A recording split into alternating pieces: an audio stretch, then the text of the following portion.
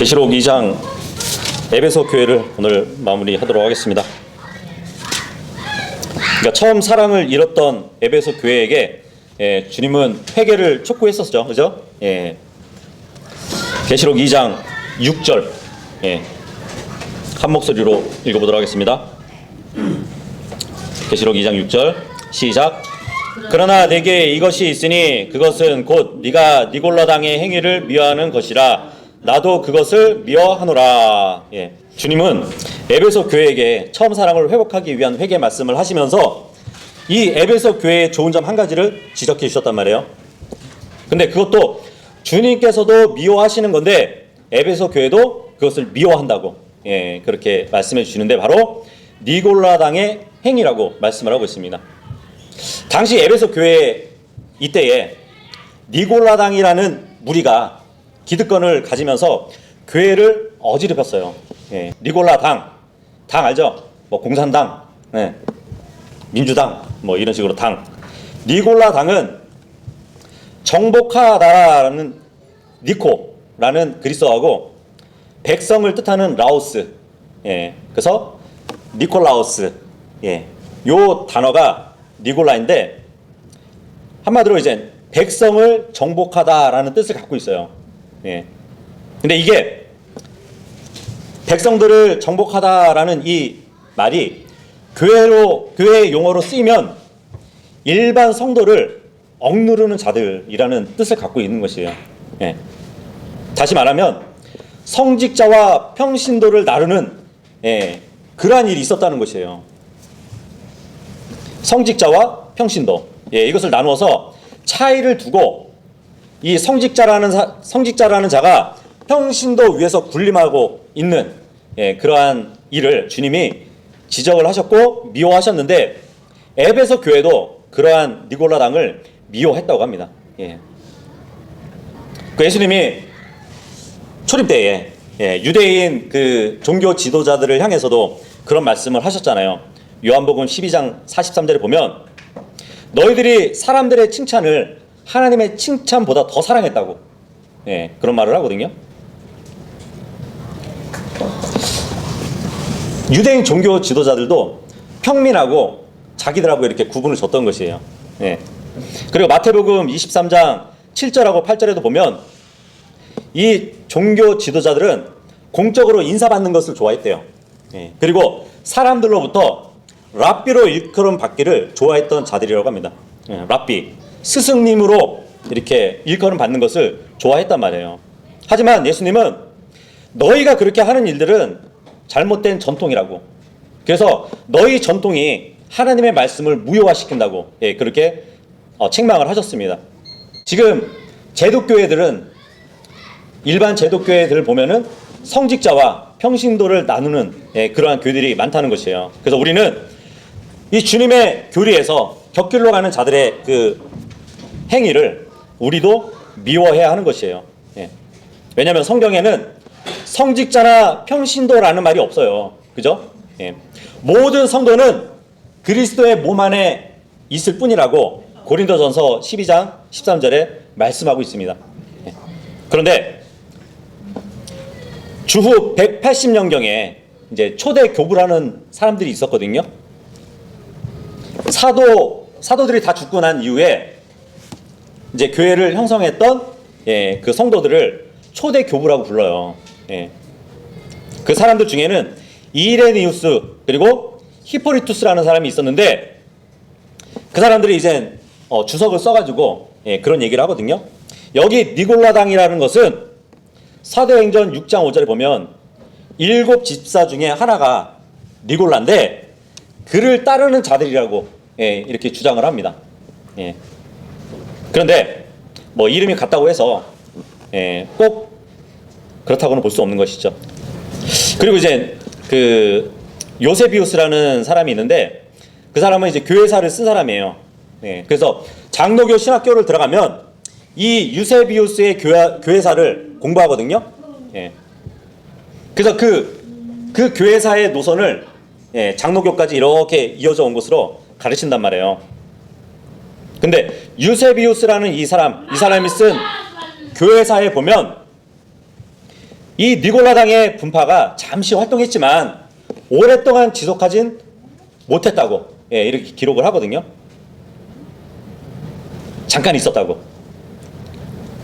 성직자와 평신도를 나누는 그러한 일이 잠깐 있다가 없어졌다고 그렇게 교회사에 기록을 했지만, 이 유세비우스라는 사람이 어떤 자인지 아세요? 성경 변개자 오리겐의 제자예요. 오리겐의 제자인데, 이 콘스탄틴 황제가 교회를 공인하면서 이 변개된 성서를 50권 복사하라고 시켜가지고 50권을 복사한 사람이 유세비우스예요. 근데 그 복사한 성경을 카톨릭에 갖다 놔요. 콘스탄틴의 명령을 받아서 성서를 50권 복사해가지고 그 성서를 카톨릭의 경전으로 들어가게 만들었단 말이에요. 그래서 제롬이라는 또 사람이 그 변개된 성서를 라틴어로 번역을 합니다. 라틴어로 번역을 해가지고 카톨릭의 성직자 외에는 평신도는 성경을 보지 못하게 만들었어요. 그렇다면은 유세비우스가 자신의 교회사에서 쓴 내용과 다르게 자신으로 인해서 어떻게 보면은 카톨릭의 성직자와 평신도를 나눠버리는 그 일을 만들어 버렸다는 것이에요. 그래서 사실상 카톨릭으로 인해서 니골라당의 행위가 더욱 굳어지게 된 것이에요. 그래서 지금도 카톨릭을 보면 카톨릭의 뭐 주교, 감독, 추기경, 교황이라는 성직자 계급이 있거든요. 그 계급 체계를 갖고 있단 말이에요. 근데 그것을 또 답습하는 것처럼 일반 제도 교회에서도 목사, 장로, 감독, 강도사, 전도사, 집사, 권사, 권찰, 이런 어떤 계급의 직분처럼 재적용해가지고 평신도를 위해서 교권을 세우고 있는 것이에요. 근데 그 전통이 지금도 많은 교회들에 있다는 것이에요. 하지만 성경은 교회는 유대인이나 이방인이나 종이나 자유인도 없어요. 다 하나란 말이에요. 위아래가 없다는 얘기예요. 그죠? 모든 그리스도인은 기름 부음을 받은 자들이에요. 왕가의 제사장들이고, 그죠? 다 형제 자매란 말이죠. 예수님도 니골라당의 행위를 미워하시는데 예수 그리스도도 섬김을 받으려고 이 땅에 오지 않으셨다고 말씀하셨잖아요. 도리어 섬기러 오셨던 분이세요. 그죠? 그래서 주님은 이 시대의 교회 감독들에게 맡겨주신 그 성도들에 대해서 베드로전서 5장 3절에 보면은 그 양들을 지배하지 말라고 말씀을 하셨습니다. 그리고 디모데전서 3장 5절에 보면 그 양들을 잘 돌보라고 이렇게 말씀을 하셨어요.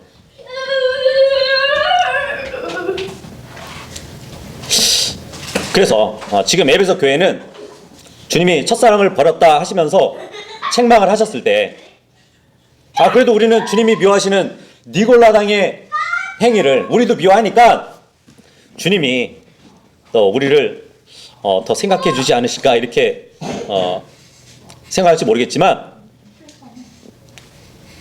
하나님을 사랑하는 사람은 하나님이 미워하는 것도 미워할 수도 있지만 하나님이 미워하시는 것을 미워한다고 해서 그 행위가 하나님을 사랑하는 것도 사실은 아니에요. 지금 에베소 교회가 니골라당의 행위를 미워하는 것은 잘한 것이지만 그것이 주님을 사랑한다는 증거가 아니에요. 더욱이 주님에 대한 사랑을 대신할 수 있는 것도 아니거든요. 그러니까 에베소 교회는 핑계를 멈추고 처음 사랑을 버린 그 죄를 인정하고 회개해야 했던 것이에요. 그래서 그들이 교회로 남아 있을 수 있는 유일한 방법은 회개하고 처음 행위를 하는 것이었습니다. 2장 7절 읽겠습니다. 2장 7절 시작. 귀 있는 자는 성령께서 교회들에게 말씀하시는 것을 들을지어다. 이기는 자에게는 내가 하나님의 낙원 가운데 있는 생명나무에서 나는 것을 주어 먹게 하리라. 귀 있는 자는 들으래요. 어떤 걸요? 성령께서 교회들에게 말씀하시는 것을 들으래요. 귀 있는 자. 네. 여기서 귀 있는 자는 마가복음 8장 18절에 나온 귀가 있어도 듣지 못하는 사람들이 아니라 들을 수 있는 사람들을 얘기하겠죠. 그리고 에베소서 4장 18절의 말씀처럼 영적으로 무지한 자가 아니라 정말 영적으로 깨어있는 자들이 들을 귀가 있는 자들일 것이에요. 본성에 속한 사람은 하나님의 영들의 것을 받아들이지 못하기 때문에 귀가 있어도 듣지 못합니다. 그렇다면 지금 귀 있는 자란 누굴 얘기할까요? 바로 우리들을 얘기하는 것이에요. 예. 우리들에게 에베소 교회부터 라오디케아 교회까지 7교회에게 성령님이 말씀하시는 것을 교훈 삼으라고 지금 말을 하고 있는 것이에요. 내가 7교회에게 말하는 것들을 귀 있는 너희들은 들으라, 이 말씀을 하고 있는 것입니다. 예. 여기 주님께서 에베소 교회에게 말씀하신 말씀은 또한 이기는 자들에게 하신 약속을 또 보여주고 있는데 7절에 그죠? 이기는 자에게는 하면서 주님이 약속하신 것도 있습니다. 이기는 자, 이기는 자는 누굴 얘기할까요? 본문에 이기는 자들. 계시록을 기록한 사도는 요한이에요, 그죠? 예. 근데 이 계시록에 이기는 자라는 용어를 썼단 말이에요. 근데 이 이기는 자라는 용어가 어디에서 나오냐면 사도 요한이 기록한 성경에만 나와요. 계시록에 한번 나오고 요한일서에 나오고, 그것도 사도 요한이 기록한 거잖아요. 또 요한복음에 나와요. 요한이 쓴 기록이잖아요. 어떻게 보면 이거는 특허 용어예요. 예. 근데 이 이기는 자를 잘못 사용하는 데가 있죠. 그죠? 예. 신천지에서 잘못 사용하고 있잖아요. 그렇다면 이기는 자들은 누구를 얘기하는 걸까요? 한번 찾아보도록 할게요. 요한일서 2장 13절.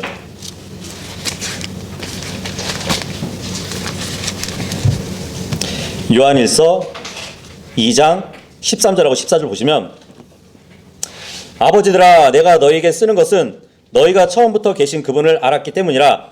젊은이들아, 내가 너희에게 쓰는 것은 너희가 사악한 자를 이겼기 때문이라. 예, 여기서 이겼다는 말이 나오죠.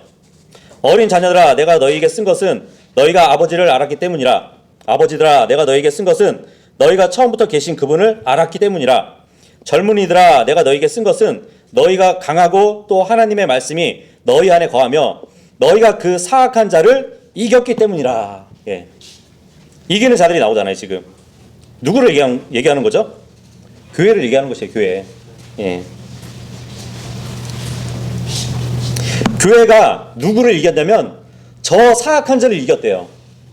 그렇다면 이 사악한 자는 누굴까요? 데살로니가 후서 2장 7절 보시면,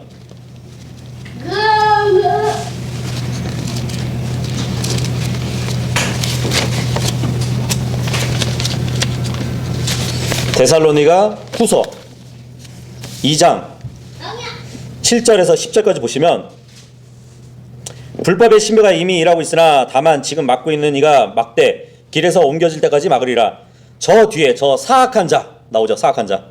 이 사악한 자가 드러날 터인데 주께서 자신의 입의 영으로 그를 소멸하시고 친히 오실 때에 광채로 그를 멸하시리라.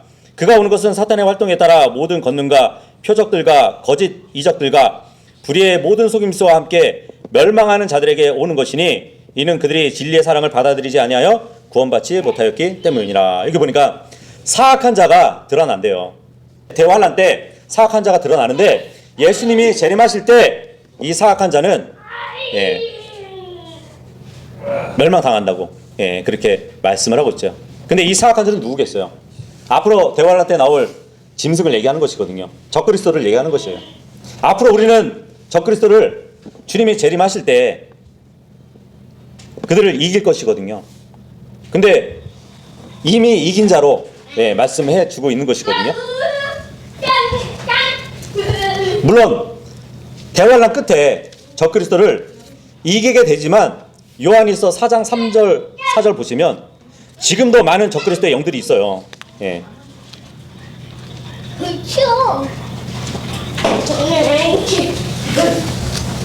요한일서 4장 3절하고 4절 보시면 예수 그리스도께서 육체 안에 오신 것을 시인하지 아니하는 영은 다 하나님께 속하지 아니하나니 이것이 적그리스도의 영이니라. 그것에 관하여는 그것이 옳으라는 말을 너희가 들었는데 그것이 지금도 이미 세상에 있느니라. 어린 자녀들아 너희는 하나님께 속하고 또 그들을 이겼나니. 여기도 이겼다고 나오죠. 예. 이는 너희 안에 계신 분께서 세상에 있는 그보다 더 크시기 때문이라. 예. 앞으로 실질적인 적그리스도가 나올 건데 지금도 많은 적그리스도의 영들이 있대요.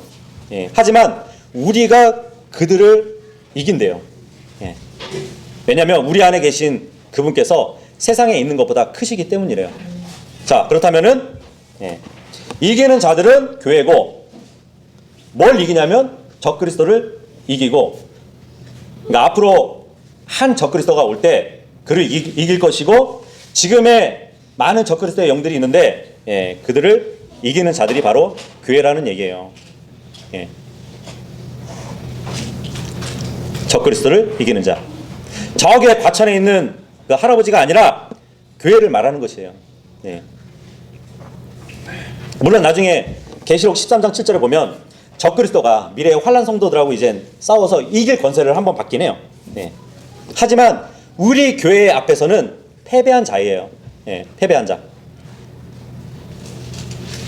그래서 계시록 17장 14절에 보면 마지막 때에 이 세상의 왕들과 짐승이 예수님을 대적하지만 예수님은 그들을 이길 것이에요. 그래서 우리는 미래의 결말을 아시는 그 예수 그리스도와 합한 자들이잖아요. 그렇기 때문에 우리는 이미 적그리스도를 이긴 자들입니다. 적그리스도뿐만 아니라 우리가 무엇을 이기냐면 요한복음 16장 33절에 보시면 요한복음 16장 33절에도 보시면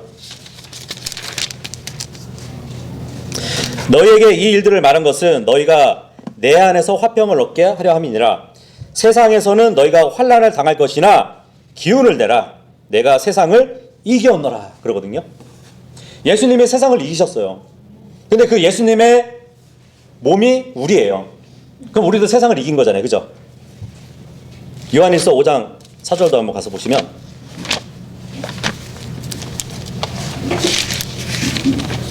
요한일서 5장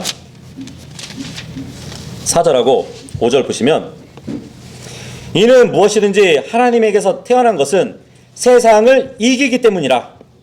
세상을 이기는 승리는 이것이니 곧 우리의 믿음이니라.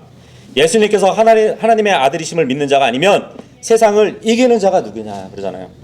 우리는 예수님이 하나님의 아들이심을 믿고 구원을 받은 사람들이에요. 그죠? 그렇다면 우리는 세상을 이기는 자래요. 이렇게 해서 우리는 세상을 이기는 자, 약속된 목자 할아버지가 아니라 예수님을 믿는 교회가 이기는 자인 것이에요. 그래서 참 다행인 것은 이 이기는 자의 용어는 사도 요한의 글에만 기록됐다는 점이에요. 특허 용어란 말이에요. 특허 용어. 그렇기 때문에 그 누가 자신을 이기는 자라고 이렇게 주장해도 특허권을 침해할 뿐이에요. 교회는 예수님께서 세상을 이기셨듯이 믿음으로 세상을 이기는 자들입니다. 뭐 그 외에도 교회는 로마서 12장 21절에 따르면 교회는 선으로 악을 이기는 자들이에요.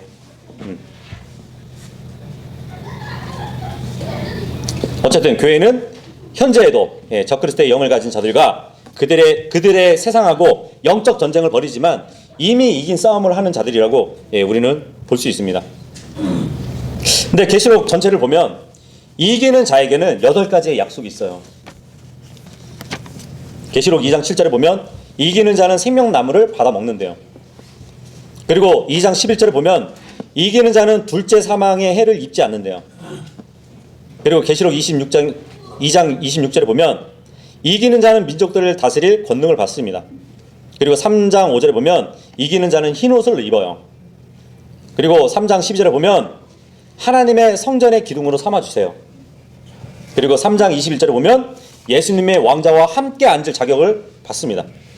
그리고 12장 11절에 보면 어린 양의 피와 증언으로 마귀를 이긴대요. 그리고 21장 7절에 가서 보면 이기는 자는 모든 것을 상속받는다고 예, 그렇게 말씀을 합니다. 그래서 이기는 자들에 대한 약속들이 모두 이 시대 교회에게도 적용이 되니까 이기는 자는 교회라고 볼 수 있는 것이에요.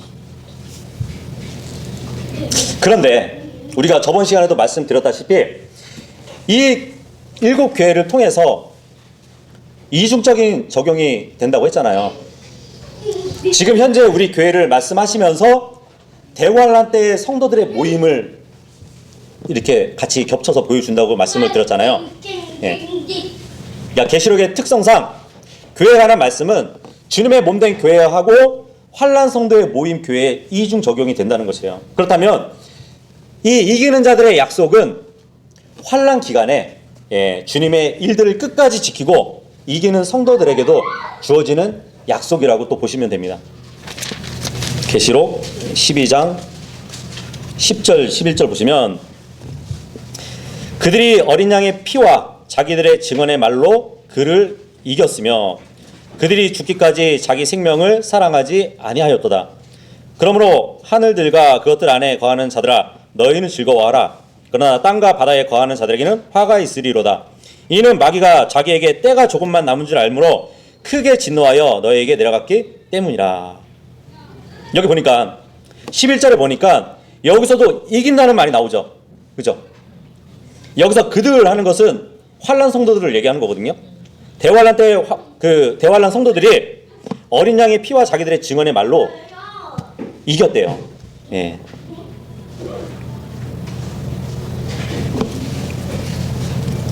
고서자 마귀를 이긴 자들을 지금 보고 있는데 대환란 때의 순교자들을 얘기하고 있거든요. 예. 순교자들 다 목이 잘려가지고 죽은 자들을 얘기하겠죠.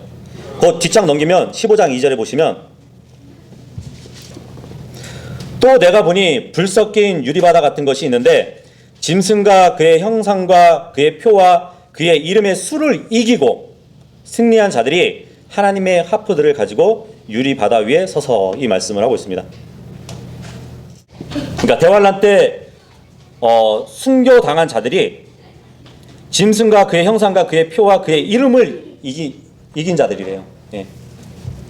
무력으로 이긴 게 아니라 주님을 위해서 자신들이 순교를 당하잖아요. 그러면 이것들을 이긴 것이에요. 타협하지 않은 것이고, 그죠? 예. 근데 계시록 2장 아까 우리가 본문을 봤듯이 이기는 자에게는 하나님의 낙원 가운데 있는 생명나무에서 나는 것을 주워 먹게 하실 거라고 그랬거든요. 예. 생명나무에서 나는 생명 과일을 먹게 해주신단 말이에요. 근데 이것도 이 시대 교회하고 환란 성도 교회에 다 적용되는 말씀이에요. 네. 생각해 보세요. 주님의 몸된 교회는 앞으로 부활하게 되면 예수님과 같은 몸을 입게 될 것이에요. 그죠? 영원한 생명을 소유했기 때문에 생명나무의 열매는 영생을 위해서 필요할까요? 필요하지 않아요. 네. 그래서 지금 2장 7절에 이기는 자에게는 낙원 가운데 있는 생명나무에서 나는 것을 주워 먹게 하리라. 이 말씀은 우리 교회에게 있어서는 영생을 위한 선물로 받는 것이 아니라 이 나무에 참여할 수 있는 특권과 보상을 받는다는 얘기로 우리가 적용해 볼 수 있는 것이에요. 우리가 전에도 봤다시피 예수님이 내가 곧 길이요 진리요 생명이니 나로 말미암지 않고는 아버지께로 올 자가 없느니라고 말씀하셨잖아요. 아버지가 계신 곳은 새 예루살렘이거든요. 근데 그 새 예루살렘을 가는 길은 예수님 자신이래요. 근데 그 새 예루살렘에 들어가면 뭐가 있는지 아세요? 생명나무가 있어요. 네. 그 더 웨이라는 말이 처음 등장한 것이 바로 에덴 동산에, 그죠? 생명나무가 있는 그 길이 처음 등장하잖아요. 그 길 되신 분이 새 예루살렘으로 우리를 들어가게 하셔서 그 새 예루살렘에 있는 생명나무에 동참할 수 있도록 해 주신다고 우리가 적용해 볼 수 있는 것이에요. 네.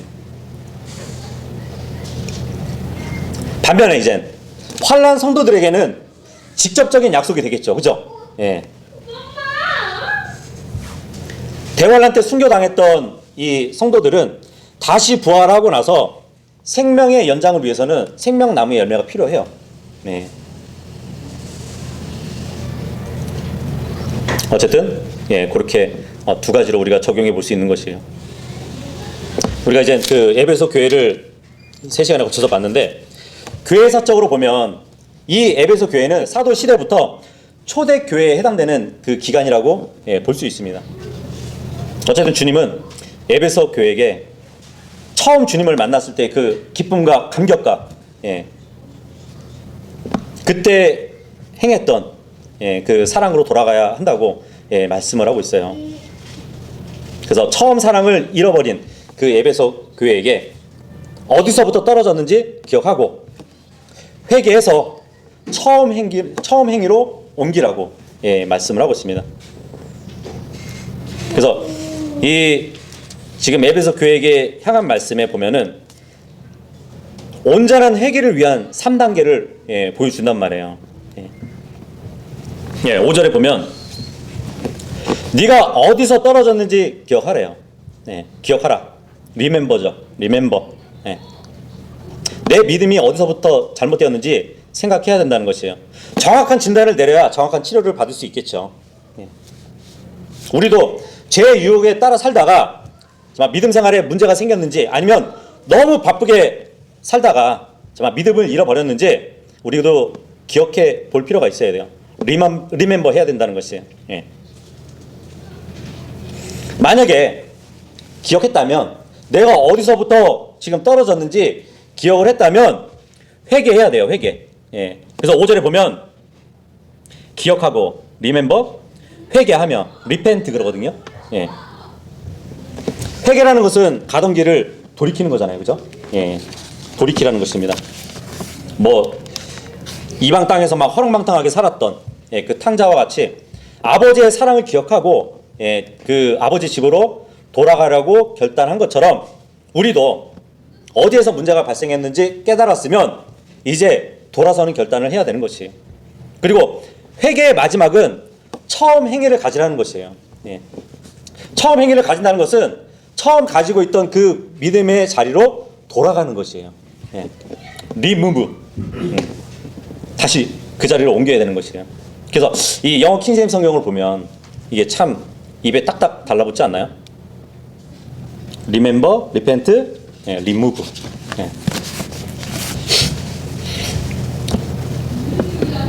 에베소 교회는 수고와 인내를 칭찬받았지만 처음 사랑을 버린 책망을 받았고, 회개치 않으면 등잔대를 옮기려는 경고를 받은 교회예요. 근데 결국 저번도 말씀드렸다시피 에베소 교회는 하나님의 경고를 듣지 않아서 지금은 사라져 버렸어요. 현재는 회교도들이 그 지역을 지배하고 있습니다. 그래서 에베소 교회가 하나님을 향한 처음 사랑을 버리게 된 이유는 먼저 믿음을 잃었기 때문이에요. 그래서 에베소서 6장 23절의 기록을 보면 아버지 하나님과 주 예수 그리스도부터 평강과 아울러 믿음을 겸한 사랑이 형제들에게 있을지어다. 그렇게 사도 바울이 얘기를 했거든요. 믿음을 겸한 사랑. 하지만 믿음을 잃어버렸기 때문에 그 사랑도 형식적인 사랑이 되었기 때문에 주님이 보실 때는 그 형식적인 사랑은 버린 사랑이었어요. 버린 사랑. 그래서 사도 바울이 미래를 내다봤는지 에베소 교회에 믿음을 겸한 사랑이 형제들에게 있기를 원한다고 그렇게 말을 했던 것 같아요. 그래서 우리가 이제 스스로 한번 점검해 보시길 바랍니다. 이렇게 공적인 자리가 아니라 스스로 나는 얼마나 주님의 말씀을 가까이 하고 기도를 하고 있는지, 따로 시간을 내서 정말 그렇게 하고 있는지, 삶의 순간순간 그렇게 주님과 동행하려고 하고 있는지, 교회에서 무슨 일을 하고 있어도 마찬가지죠. 지식을 쌓으려고 말씀을 보는 것은 분명 신앙의 도움은 되겠지만, 그렇게만 말씀을 본다면 문제가 있어요. 기도도 그렇죠. 무엇을 구하기보다는 개인적으로 주님을 더 알기 원하고 더 가까이 나가기 원하는 그런 마음으로 기도를 하는지, 이것도 점검해 봐야 됩니다. 주님과의 그러니까 내가 주님을 향한 사랑 말고도 성도에 대한 사랑은 어떤가 한번 또 돌아봐야 돼요. 다른 성도의 삶에 얼마나 관심을 가지고 있는지, 얼마나 기억하고 기도하고 있는지, 내 주위에 있는 한 지체에 대해서 나는 어떠한 태도를 보여주고 있는지. 만나는 사람마다 뭐 사생활을 막 캐물어야 사랑하는 것이 아니에요. 오히려 반대가 될 수도 있죠. 사생활을 막 캐묻고 그러면은. 다만 내가 그 혼들에게 얼마나 관심을 가지고 있는지가 중요해요. 뭐 기계적으로, 습관적으로, 또 의무감으로 신앙생활을 하고 있다면 지금 그것을 바로 잡을 때인 것이에요. 주님을 위해서 하고 있는지, 바울이 에베소 교회에 했던 말처럼 정말 우리 모두가 지식에 넘치는 그리스도의 사랑을 알아서 사랑을 받는 자녀로서 주님께서 우리를 사랑하신 것처럼 주님을 사랑하고 사랑 가운데 또 행할 수 있기를 바랍니다. 그래서 계시록에 보면 성도의 인내를 계속 강조하고 있어요. 계시록 2장 7절, 11절, 17절, 25절, 26절, 3장 4절, 5절, 11절, 12장 21절.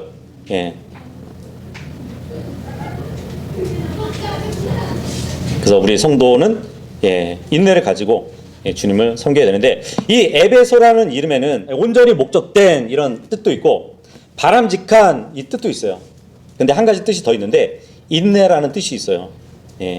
그래서 주님의 칭찬 중에는 인내가 있습니다. 참고 인내하고 주님의 이름을 위해서 수고하고 낙심하지 않는 모두가 될 수 있기를 바라겠습니다. 고맙습니다.